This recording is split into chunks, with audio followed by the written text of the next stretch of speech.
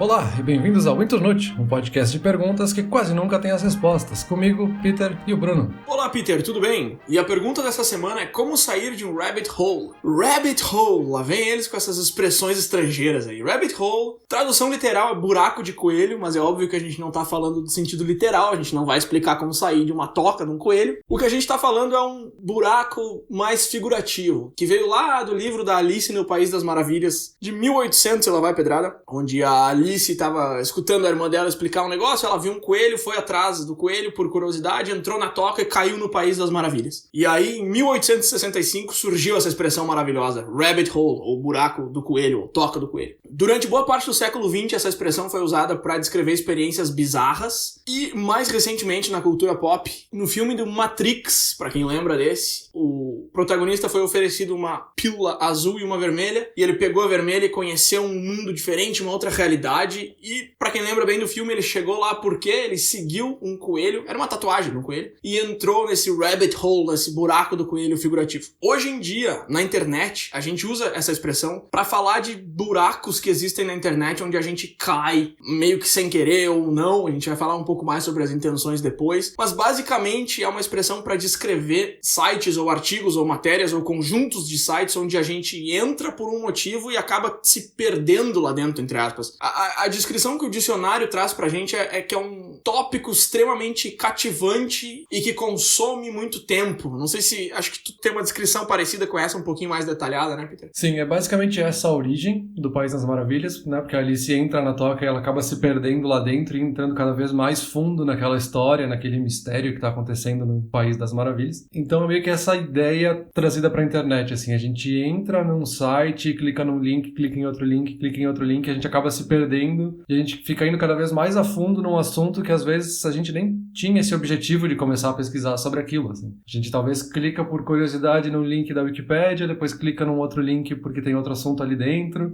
Então tem até as brincadeirinhas, assim, de... A pessoa começa pesquisando sobre, sei lá, a história de uma ponte na cidade dela e acaba pesquisando no final sobre concursos de camisetas, sabe? Uma coisa que não tem nada a ver com o assunto inicial, porque ela clicou num link que depois levou para um outro assunto, que levou para um outro assunto. Então é bem essa ideia da toca do coelho de ser um mundo surreal, onde a gente vai entrando e ficando cada vez mais maluco. Geralmente se define como uma tangente, onde a gente gasta muito tempo, a gente sai do nosso curso inicial e a gente tem muita dificuldade depois de voltar ou até de entender como é que a gente chegou ali, assim. E aí, justamente enquanto eu tava pesquisando sobre esse assunto, eu caí num buraco. Eu tava justamente pesquisando sobre Alice no País das Maravilhas, e aí eu vi que também tem uma expressão parecida que se usava no século XIX, comecinho do século XX, baseada no outro livro, que é Através do Espelho, e o que a Alice encontrou lá. Então existia uma gíria também para Through the Looking Glass, que é para falar quando a pessoa atravessa o espelho, ela entra nesse mundo surreal também, é um pouco parecido até. E aí eu cliquei para ver por que usava a expressão Looking Glass, porque a tradução não é a mesma coisa em português, não é mirror, né? Não é espelho. Em português a gente traduz como espelho.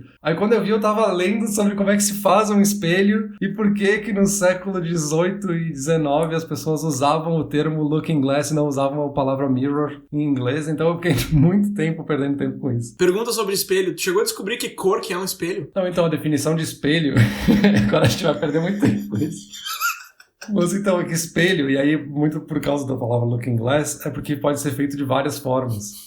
Não é só o espelho que a gente tem como convenção hoje em casa, que é um vidro com uma camada metálica por trás. Qualquer superfície que reflita a nossa imagem, ele está espelhando a nossa imagem, então já pode ser considerado um espelho. Os primeiros espelhos da história geralmente eram só alguns metais muito lisos, alguma outra coisa assim.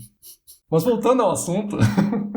A gente tá aqui tentando falar sobre como sair de um rabbit hole, né? Como a gente sai desse buraco que a gente entra. E aí eu acho que a gente pode dividir a nossa conversa talvez em 3 partes para tentar criar uma coesão, porque a gente chegou obviamente na pergunta antes de saber a resposta, né? Então, eu acho que a gente pode fazer um caminho aqui de pensar primeiro o que é um rabbit hole, pra gente tentar definir melhor o que é isso, que é o que a gente já tá fazendo. Depois, num segundo momento, a gente precisa entender se isso é bom ou ruim. E aí, num terceiro momento, a gente de fato vê se a gente precisa sair, então como a gente sai dele. E se a gente não precisa, talvez como é que a gente aproveita ele da melhor forma possível. Tá, me parece interessante. Eu acho que buraco negro que você usou agora é um bom sinônimo pra gente usar, porque a gente até pesquisou termos em português ou tradução, mas não tem de jeito nenhum. Eu, inclusive, encontrei um filme chamado Rabbit Hole. Eu pensei, vou ver qual é o nome em português, de repente me dá uma ideia. E o nome em português é Rabbit Hole também. Eu pensei, putz, mas aí pra gente não ficar falando Rabbit Hole o tempo todo. Acho que buraco negro é um bom sinônimo que a gente pode usar. Buracos negros da internet. Boa. Na verdade foi um ato falho aqui falar buraco negro, mas isso até ajuda aqui a fazer um gancho para a próxima parte. Um sinônimo, talvez, que eu encontrei aqui mais específico da internet mesmo, que é quando se fala de buracos negros da Wikipédia. Tem até o que se chama de wikihole, né? Que seria um buraco wiki. Que é justamente essa ideia da pessoa que clicou num link da Wikipédia, e como a Wikipédia é cheia de links dentro dos textos e hiperlinks por tudo, é muito fácil a pessoa cair nesse buraco de ir pesquisando cada vez mais a fundo sobre um tema. E existem inclusive jogos sobre isso. Tem até o Wikipedia Racing Game, que é um jogo de corrida dentro da Wikipédia, em que ele te dá um artigo aleatório e ele te dá um outro artigo para começar, e tu tem que descobrir o caminho entre esse artigo e outro. Então tu tem que fazer o rabbit hole para chegar do artigo 1 até o artigo 2 sem sair de dentro da Wikipédia. Eu já tinha ouvido falar desse jogo. Eu inclusive tentei jogar uma vez aqui em casa, mas não deu muito certo. Eu não tenho muita paciência para ficar procurando links. Mas agora, como a gente tá falando desse assunto, eu fui um pouco mais atrás e pesquisei, e eu descobri que o Amazing Week Race, que é como eles chamam esse jogo, tem sido um evento nas Olimpíadas de Tecnologia. Então o pessoal joga isso num nível profissional. Isso eu achei muito interessante. E outra coisa que eu achei legal é ver como as páginas estão conectadas e como os assuntos que parecem não ter nada a ver uma coisa com a outra estão super conectados em 2 ou 3 graus, ou às vezes até em 1 grau. Por exemplo, a página do Reino Unido, na Wikipédia, ela tá conectada a todas as outras páginas da Wikipédia numa média de 3.67 cliques. Isso quer dizer que, em média, se tu tá na página do Reino Unido e tu clica em 3 links, tu consegue atingir qualquer outra página do mundo. Óbvio, em média. Mas isso mostra como os assuntos estão relacionados. Isso me lembrou até daquela pesquisa que diz que todas as pessoas do mundo, as 7, 8 bilhões de pessoas no mundo, estão relacionadas por no máximo 6 graus de familiaridade. Tu conhece alguém que conhece alguém que conhece alguém que conhece o mundo inteiro. E eu gostei muito dessa pesquisa quando eu ouvi ela um tempo atrás, e aí eu fui atrás, e aí foi mais umas 2 horas de pesquisa que eu perdi lendo sobre esses 6 graus de familiaridade. E é verdade, eu não sabia, eu achava que era só uma teoria, mas ela já foi comprovada, e eu fiquei fascinado por essa conclusão. Mas aí foi outro rabbit hole que eu caí, infelizmente, durante essa pesquisa. Eu também caí em vários. Agora, voltando ao assunto, o que tu acha desse racing game da Wikipedia aí? Adianta pra alguma coisa? Tu acha que quem joga aprende alguma coisa? Ou mais que isso, tu acha que pessoas com mais cultura e conhecimento têm vantagens nesse jogo? Ou é só uma questão de sair clicando com nenhum louco? Não, eu acho que ele talvez até foge um pouco da ideia de um rabbit hole em si, né? Ele é basicamente transformar isso num esporte, que a gente falou. É para um público muito específico, é para um nicho de pessoas, e obviamente que existem técnicas dentro desse esporte. Então, tu não precisa de fato ler os artigos, tu precisa entender mais ou menos uma relação de como é que uma coisa se liga na outra. Então, eu não acho que a pessoa que é o campeão dessas corridas é a pessoa mais inteligente do mundo, porque ela passou por todos os artigos. Sim. Né? Clicar no título não significa que tu entende o conteúdo que tá ali dentro, né? Mas isso é mais para exemplificar que isso tem uma força de fato dentro da internet, assim, tá muito relacionado com a forma como a internet é estruturada, né? Dessa ideia descentralizada de hiperlinks ligando artigos e sites de uma forma quase intrínseca, né? E até um comportamento já comum hoje em dia, e se fala muito da segunda tela, né? Eu encontrei até alguns artigos que falavam que a segunda tela não é nem o celular em si, a segunda tela é a Wikipédia especificamente, porque muitas vezes as pessoas estão assistindo alguma série, algum filme, alguma coisa, até um noticiário, e elas ficam em dúvida sobre algum assunto e elas já abrem a Wikipédia para ver mais sobre esse assunto ou entender um pouco esse assunto. Existe muito essa coisa cultural que a gente tem para falar de rabbit hole, a gente tem esse hábito de cair em rabbit holes, assim, mas é até engraçado que a gente não tenha uma expressão muito clara em português para falar isso, né? E mesmo em inglês é uma gíria relativamente nova, assim, ela surge basicamente junto com a internet. Esse aí é o exemplo clássico de onde veio a expressão. Nesse caso, a televisão é a irmã da Alice, o assunto que despertou curiosidade é o coelho que passa correndo pra toca, e a Wikipédia é a entrada do buraco. E aí tudo que se encontra lá dentro é o País das Maravilhas. Agora, Peter, tu falou que a gente ia discutir aqui se cair no rabbit hole é bom ou não. Cara, vamos lá. Eu quero te perguntar se tu acha que é bom mesmo, porque eu tava pensando sobre isso, e a primeira coisa que eu pensei é, putz, é super bom porque acaba te trazendo várias coisas novas. Tem uma citação do John Green que eu gosto muito, que ele falou numa palestra, onde ele disse que a gente não vai pra lugares que não estão no nosso mapa. E eu tô falando isso agora porque eu acho que cair em rabbit holes é uma maneira maravilhosa de expandir o nosso mapa de conhecimento. E aí, lógico que eu não tô falando de ir a um lugar fisicamente, não tô falando de viajar pra um lugar, mas sim de explorar um assunto, de conhecer mais, de montar um projeto em cima daquilo, que são coisas que eu não vou fazer de um assunto que eu não conheço. E cair num rabbit hole é uma maneira fantástica de me trazer esses vários assuntos. A gente falou em outro episódio sobre... Como é que foi que eu chamei? Informação rasa, eu acho que foi. Que é uma coisa que eu gosto muito, que te dá várias portas e tu entra naquelas que te interessam e tu começa a aprender mais sobre aqueles assuntos. Então, Rabbit Hole é um labirinto de informações fantástico. Mas eu tava pensando mais a fundo sobre isso. Pensei, tá, cara, mas olha só. Quando tu cai num rabbit hole, tu fica 2 horas lá dentro, pesquisando sobre um assunto, aprendendo, e aí no final serviu pra alguma coisa. E eu comecei a pensar em várias vezes que eu já caí nesses, e não foram poucas. Só essa semana, pra essa pesquisa, eu caí em muitos. E não lembrei de muita coisa que tenha me agregado, sabe? Eu lembrei de 2 rabbit holes memoráveis, digamos assim. Teve um que eu tava jogando um jogo no videogame e começaram a falar sobre um assunto na psicologia, e eu fui atrás e eu fiquei fascinado, e eu comecei a ver aquilo em várias outras mídias da cultura pop, e começou a me dar um estalo. Eu não sabia disso e agora eu sei, foi muito legal, é uma coisa que já faz anos que eu pesquisei e eu lembro até hoje. E pro nosso episódio da educação, que foi um dos nossos primeiros episódios, eu caí em vários rabbit holes e eu aprendi muita coisa que eu lembro, que eu trouxe pra mim. Mas aí, teve esses 2, eu comecei a tentar pensar nos outros e eu não consegui. Então, eu acho que a minha pergunta pra ti é basicamente essa, assim, é bom mesmo cair num rabbit hole? Serve pra alguma coisa? Tu leva alguma coisa de fato dali ou tu só entretém tua mente por algumas horas achando que tu tá aprendendo e no fim das contas não adiantou pra nada? Então, eu não quero definir se é bom ou não, porque eu acho que vai cortar um pouco a nossa discussão, assim, chegar já com a resposta, que eu tenho já tudo. Eu acho que tem vários aspectos que a gente pode analisar aqui. Um é como a gente caiu nesse rabbit hole, por que a gente está fazendo uma pesquisa, por que a gente está nesse buraco. E aí eu fui pesquisar um pouco sobre motivação. Por que a gente pesquisa alguma coisa? Tipo, por que de qualquer forma a gente iria começar uma pesquisa sobre qualquer assunto? E basicamente a gente tem 2 tipos de motivação que podem nos levar a uma pesquisa. Existe a motivação intrínseca, que ela é basicamente puxada pela curiosidade. E do outro lado a gente tem uma motivação extrínseca, que é quando a gente tem uma tarefa. Então a gente tem uma necessidade que vem de fora, né, de extrínseca, e a gente tem que fazer essa pesquisa. Então a gente tem um trabalho da faculdade para fazer, existe essa necessidade, então a gente cria uma motivação para ir pesquisar sobre aquele assunto, quase como uma forma de tarefa mesmo. Então o rabbit hole me parece que ele cai muito mais nessa ideia de uma motivação intrínseca, da gente ter uma curiosidade, e aí essa curiosidade pode surgir de vários lugares, e ela se separa de uma pesquisa, por exemplo, acadêmica, onde a gente tem um objetivo maior, uma tarefa para realizar. Porque eu fiquei muito nessa dúvida, assim, se o rabbit hole é fazer uma pesquisa, um pesquisador acadêmico não é um cara que vai muito a fundo no assunto dele, ele precisa de fato entrar num rabbit hole para conseguir entender o assunto dele. O rabbit hole me parece que ele está mais nessa motivação intrínseca de uma curiosidade. E aí eu tendo a acreditar que na grande maioria das vezes a gente ir mais a fundo num assunto porque a gente tem curiosidade é algo positivo.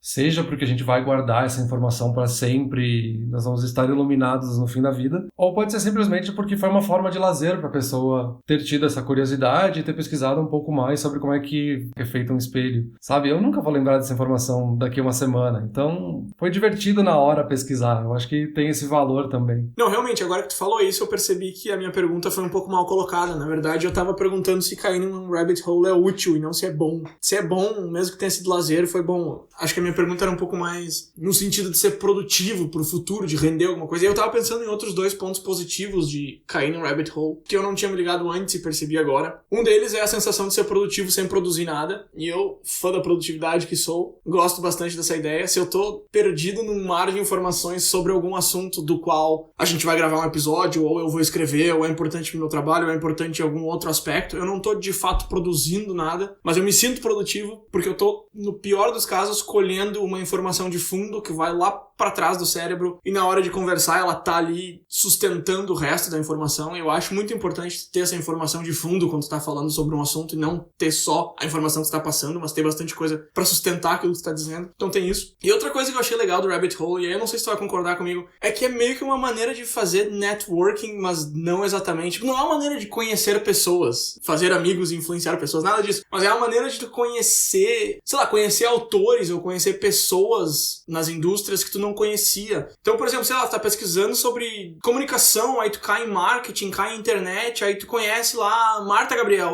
Nunca tinha visto essa pessoa. Daí tu vai atrás, aí tu vê os livros dela, aí tu descobre coisas novas. Então, sei lá, é meio que uma maneira de networking de platônico. Sei lá, não sei muito bem como definir isso aí, mas... Sim, ele te cria uma base de informação informação rasa, né? E aqui, claro, não tô falando de informação rasa como algo ruim, né? Mas essa ideia de tu conhecer um pouquinho sobre cada coisa, bem essa ideia de conhecimentos gerais, né? Tendo essa base mínima do que cada assunto significa, talvez tu pode descobrir exatamente o que te interessa ir mais a fundo, né? Então, depois de ver essas ideias de motivação e como é que funciona o Rabbit Hole, e tem essa ideia de networking também que tu trouxe, eu tentei aqui dividir, seguindo mais ou menos essa divisão entre motivação intrínseca e extrínseca, como é que funcionam esses dois tipos de rabbit hole. Aí eu coloquei aqui que existe um que é mais investigativo e um que é mais explorativo. Por um lado, a gente tem um que a gente está mais querendo investigar um assunto, e isso eu vi muitos exemplos de galera tentando entender sobre esses crimes não solucionados, que é um tema que está na moda na cultura pop hoje.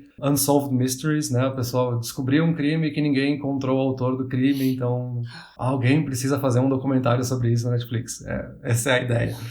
E aí o pessoal começa a pesquisar, ela começa a meio que auto-investigar essa questão, assim, tem vários assuntos nesse sentido, que é basicamente tu encontrou um grande tema e tu vai se aprofundando nele. E depois tem esse que é mais explorativo, que é aquele que a gente está falando há mais tempo aqui, que a pessoa clicou sobre internet, depois ela acabou clicando para entender sobre programação, depois ela clicou para entender sobre computadores, aí quando ela vê, ela está estudando sobre mecânica em outro lugar, sabe? Então é muito mais no sentido de explorar o assunto, ela não quer de fato saber exatamente tudo sobre a internet. Ela foi clicando porque ela foi criando essa curiosidade enquanto pesquisava. Mas de qualquer forma, essas duas se diferenciam ainda da pesquisa acadêmica, e aí óbvio que existem pesquisas acadêmicas investigativas e explorativas também nesses dois tipos, mas no Rabbit Hole ele não tem estrutura, ele segue essa lógica não estruturada, e o Rabbit Hole é muito mais ingênuo, eu acho. Ele é quase que um acidente, tu começou a pesquisar e quando tu viu tu estava fazendo outra coisa, é bem nessa ideia de se perder mesmo. E aí depois tentando colocar valor nisso, né, tentando, agora que eu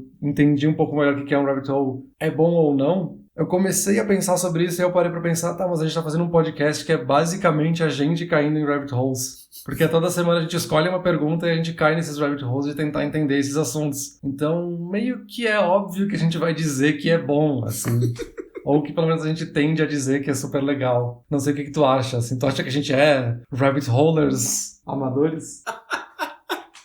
Que termo bonito. Deixa eu puxar o aspecto negativo, então, e ao mesmo tempo trazer essa tua pesquisa, como é que tu chamou? Investigativa? E eu quero tirar uma satisfação contigo agora. Eita. Porque nas minhas primeiras horas de pesquisa para esse episódio, eu caí em vários rabbit holes de teoria da conspiração. E, cara, não foram poucos, foram vários. E eu perdi umas boas horas em cada um. E eu quero te dizer o seguinte, cara. Eu sei que é um assunto que tu gosta. Eu sei que tá na descrição do nosso podcast. E eu sei que tu sonha em fazer um episódio sobre teorias da conspiração. Mas assim, cara, se tu realmente quiser fazer um episódio sobre isso, tu vai ter que me mandar umas teorias melhores. Porque eu caí em muitas muito ruins. E aí eu vou te responder. Cair num rabbit hole é bom? Não sei. Eu não sei mais. Eu tava pra dizer que sim, agora não sei. A quantidade de tempo que eu perdi essa semana com balela foi muito grande. Então não sei. Mas agora, respondendo mais sério, eu não tinha pensado exatamente por esse aspecto. Eu já tinha falado, a gente cai em vários e tal. Mas, de fato, toda semana a gente abre uma toca e se joga pra dentro pra pesquisar sobre o assunto que a gente vai falar. Mesmo os assuntos que a gente já tem domínio, a gente faz isso, sem exceção. Então, fica difícil a gente querer jogar contra o rabbit hole. Isso é uma coisa que a gente faz literalmente uma vez por semana. E cada vez que a gente faz, ele dura uns 5, 6 dias. Então, basicamente, a gente tá sempre perdido dentro de um. E tipo, a gente faz esse podcast e a gente já pesquisava esse tipo de coisa antes, né? Então a gente decidiu fazer um podcast desse tipo porque faz sentido pra gente, né? A gente já gostava de fazer esse tipo de coisa. E até pra puxar outra citação do John Green, já que tu puxou uma dele antes, eu achei um vídeo dele que ele falou um pouco sobre isso, assim, sobre essa ideia de ficar pesquisando e pesquisando incessantemente sobre assuntos. E eu achei uma frase dele que eu acho que resume bem, assim, o meu sentimento, que ele fala, eu simplesmente amo me sentir perdido num mundo de pesquisas. Ficar perdido nesse mar de conteúdos e coisas que realmente eu nunca tinha parado pra pensar que de fato eu gosto desse tipo de coisa, assim, de ficar pesquisando um assunto e indo a fundo nele. Porque eu já conhecia essa ideia de rabbit hole, mas eu nunca tinha de fato pensado assim se é bom ou não. Eu sabia que eu fazia e eu sempre achei tipo que eu perdesse tempo com isso, mas agora eu consigo ver que é mais uma forma de quase lazer pra mim, é uma forma de entretenimento que eu tenho de ficar pesquisando porque eu de fato gosto de ficar perdido entre os artigos e entre os textos que eu tô lendo, sabe? Não sei se tu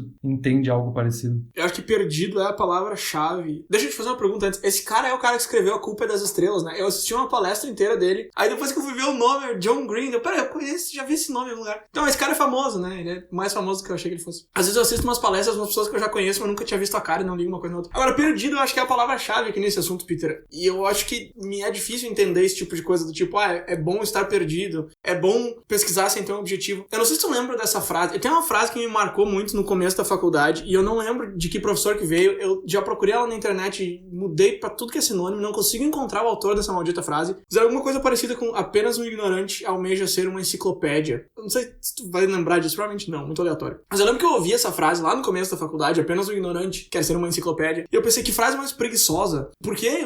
Deixa eu ser uma enciclopédia, eu quero saber tudo, eu quero sugar toda a sabedoria do mundo. E aí, à medida que eu fui envelhecendo, eu percebi que essa frase não é preguiçosa. Ela faz bastante sentido, porque não tem como ser uma enciclopédia. O que tu pode fazer é saber muito sobre alguns assuntos e saber um pouco sobre os outros. E eu acho que o Rabbit Hole é uma porta maravilhosa pra isso. Então, tá perdido nesse mundo de pesquisa, eu acho que não é uma coisa ruim. Pelo contrário, eu acho que é uma coisa fantástica. Eu acho que se perder num mundo que tu não conhecia nada e agora tu tá perdido lá dentro é muito melhor do que tu simplesmente ficar fora dele, porque contigo é ou eu sei ou eu não sei. Então, pra amarrar isso aí, tudo que eu tô falando, eu vou ter que voltar lá no que eu disse e vou ter que concordar contigo que cair em rabbit holes é bom, sim. Eu levantei alguns pontos negativos aqui, entre eles a perda de tempo e os assuntos irrelevantes, mas isso é real com qualquer outra coisa na vida. Por mais produtivo que seja um projeto, sempre vai ter tempo perdido, sempre vai ter beco sem saída, isso é normal. E no fim das contas, eu acho que cair em rabbit holes não só é bom, como é uma maneira maravilhosa de... Eu ia dizer matar o tempo, mas eu acho que é de usar o tempo.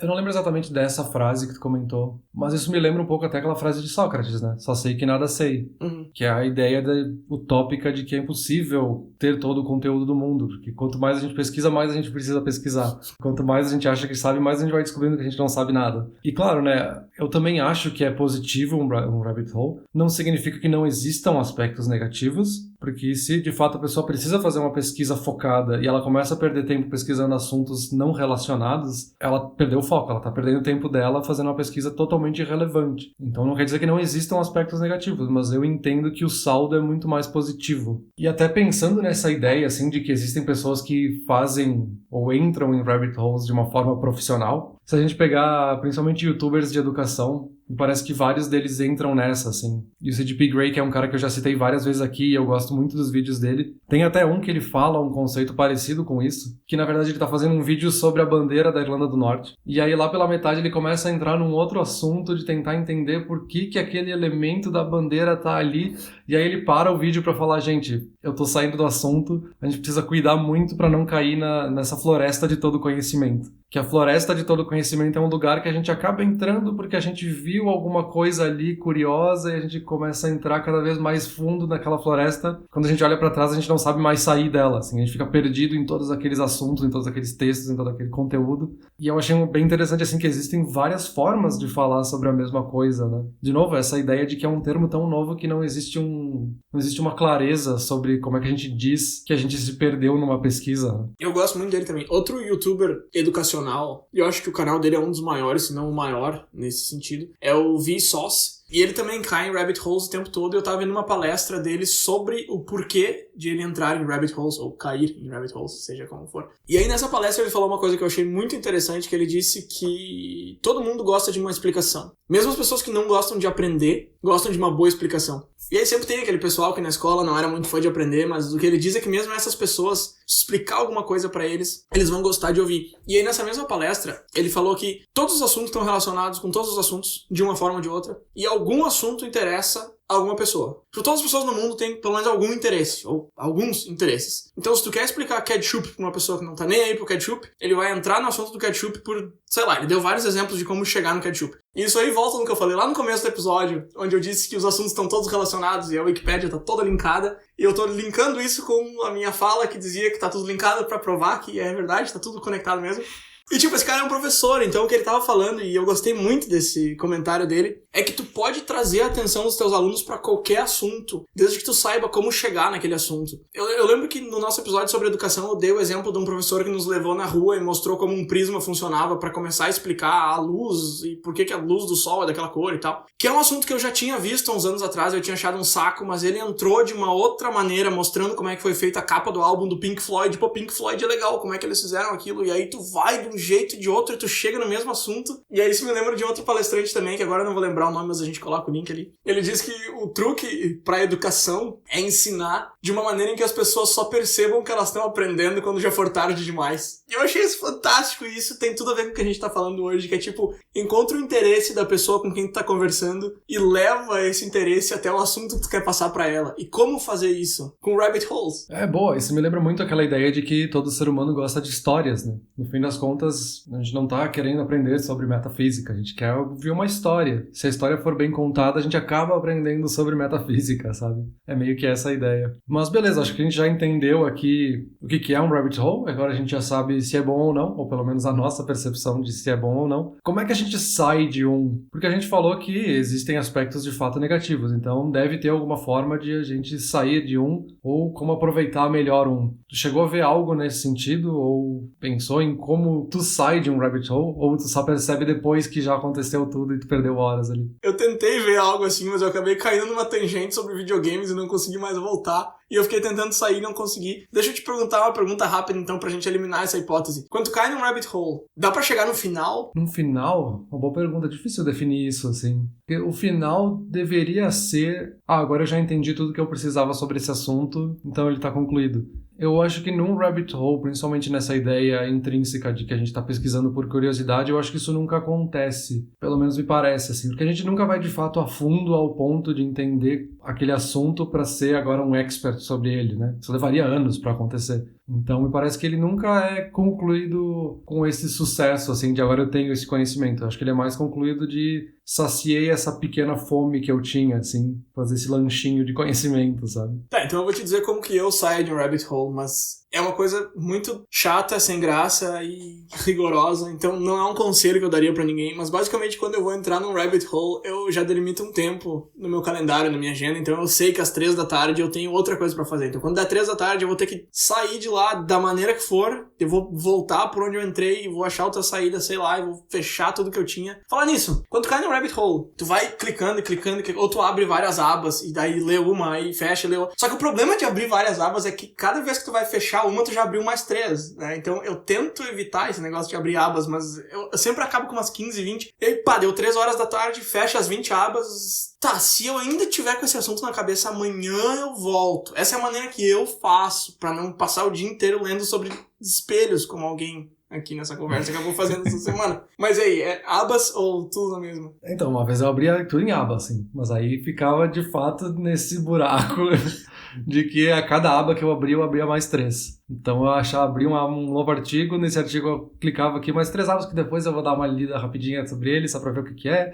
Aí eu vou fazendo isso. Então, com o tempo, eu meio que, entre aspas, desenvolvi essa técnica de que, não, eu não vou abrir uma nova aba. Se eu quero ler, eu clico nesse link, leio e volto. Isso me obriga a limitar um pouquinho o que eu tô pesquisando. Não tem como. Mas não tem como. Quando eu vejo, tá, mas é que esse aqui é muito interessante. Esse eu vou abrir uma nova aba e leio depois. Uma coisa que me ajudou muito nisso, e aí principalmente aconteceu durante a faculdade, assim, que eu precisava focar em algumas pesquisas específicas, se eu chegasse em algum assunto que talvez fosse uma tangente, assim, que ia me tirar o foco, eu colocava tudo no Pocket, que é um aplicativo justamente para isso, assim, que é para te salvar artigos para ler depois. Uhum. E aí eu comecei a usar muito ele para isso, assim, eu vi algum assunto que fugia do meu tema de pesquisa, até é legal, mas eu não vou ver agora, eu vou salvar aqui no Pocket. Então eu tinha já a extensão instalada no navegador do computador. O artigo ficava lá, depois eu voltava para fazer outra coisa. E aí é muito, de novo, né, como é curiosidade e uma coisa ingênua. A maioria daqueles links que eu salvava eu não ia mais ler. Eu nunca mais fui atrás de pesquisar aqueles assuntos. Mas se eu tivesse clicado na hora, eu ia gastar muito tempo. Sim. E talvez eu fosse até atrasar a entrega de algum trabalho, sabe? Que seria péssimo. Eu só ia comentar que eu acho que essa maneira que tu falou já é meio como sair de um... Na verdade, é tipo como não entrar tão fundo, que anda de mão dada com como sair. E é isso que a gente tá falando agora, é basicamente como aproveitar melhor um rabbit hole, ou como não ir tão fundo num rabbit hole, né? mas a gente tem que pensar também como é que a gente não entra, ou como é que a gente sai o mais rápido possível quando a gente não pode entrar num rabbit hole. Pensando aqui se a gente está fazendo uma pesquisa acadêmica, né, fazendo um TCC, fazendo uma dissertação, uma monografia, tu não pode perder esse tempo de ficar pesquisando assuntos que não sejam relacionados ao teu tema. Então, o que eu entendi pesquisando aqui é que talvez sejam justamente as técnicas que se usam para pesquisa acadêmica que servem para a gente não perder o foco. Que aí podem ser várias, né? E aí vai de acordo com o que funciona melhor para ti ou não. Mas é aquelas técnicas de fazer um outline específico, listar todas as tuas necessidades na pesquisa, ter objetivos claros do que tu quer pesquisar, então sempre que tu precisar e tu achar que tá saindo um pouco do teu assunto, tu volta pros teus objetivos, colocar prazos claros, isso também ajuda para que a gente não saia. Então se eu não botar data nenhuma porque eu tô fazendo, eu não preciso me preocupar se eu sair do assunto agora e for precisar outra coisa. Ter prazos e deadlines ajuda a gente a voltar pro assunto, porque eu preciso entregar isso neste prazo. E também essa ideia de dividir em várias tarefas. Então, eu tenho grande pesquisa, vou dividir essa pesquisa em pequenas tarefas menores, eu vou concluindo elas. Enfim, tem várias técnicas diferentes, mas eu acho que é justamente as técnicas já estabelecidas de pesquisa que nos ajudam a não perder o foco numa pesquisa, sabe? Então, acho que a gente não precisa inventar a roda aqui. Acho que tem duas coisas que tu comentou aí, uma coisa que tu falou antes e outra que tu falou agora, que eu acho que dá pra ligar super bem. Tu falou sobre colocar prazos e dividir tarefas, e eu acho que essas tarefas divididas, elas precisam de subprazos também. Tu tem o prazo pra entregar a tua dissertação, que é daqui a um mês, mas tu tem o prazo pra ti de terminar esse capítulo, que é daqui a um dia.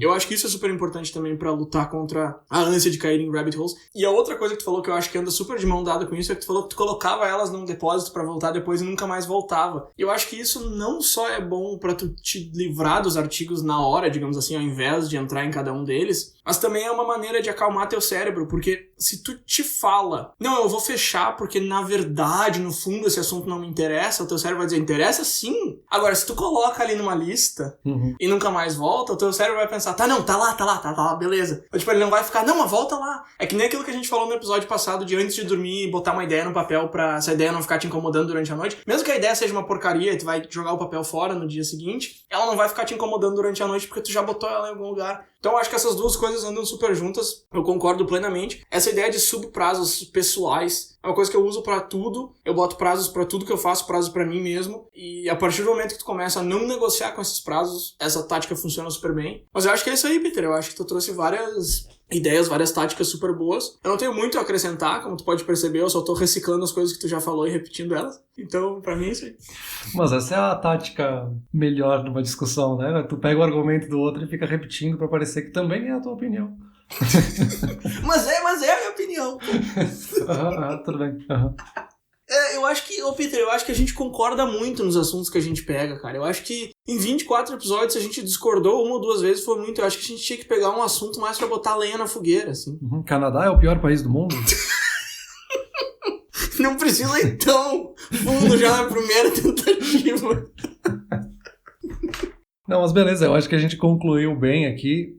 E eu acho que, de novo, isso a gente já falou em vários episódios. Mas parece que a conclusão, de novo, é a gente encontrar formas de enganar o nosso cérebro para que ele não faça coisas que a gente não quer. Eu ia falar pra gente fazer um episódio de como enganar o nosso cérebro, mas a gente já falou tantas vezes sobre isso que ia ser tipo aqueles episódios de Friends, quando eles pegam os episódios antigos e só fazem uma montagem. Ia ser tipo isso, porque a gente fala sobre enganar o cérebro o tempo todo, de fato. Mas é que funciona tão bem, né? E é uma coisa tão interessante. Mas beleza, depois a gente procura um tema aí que a gente discorde muito para poder brigar num episódio e fazer polêmica. Beleza, vai bombar. Valeu. Valeu.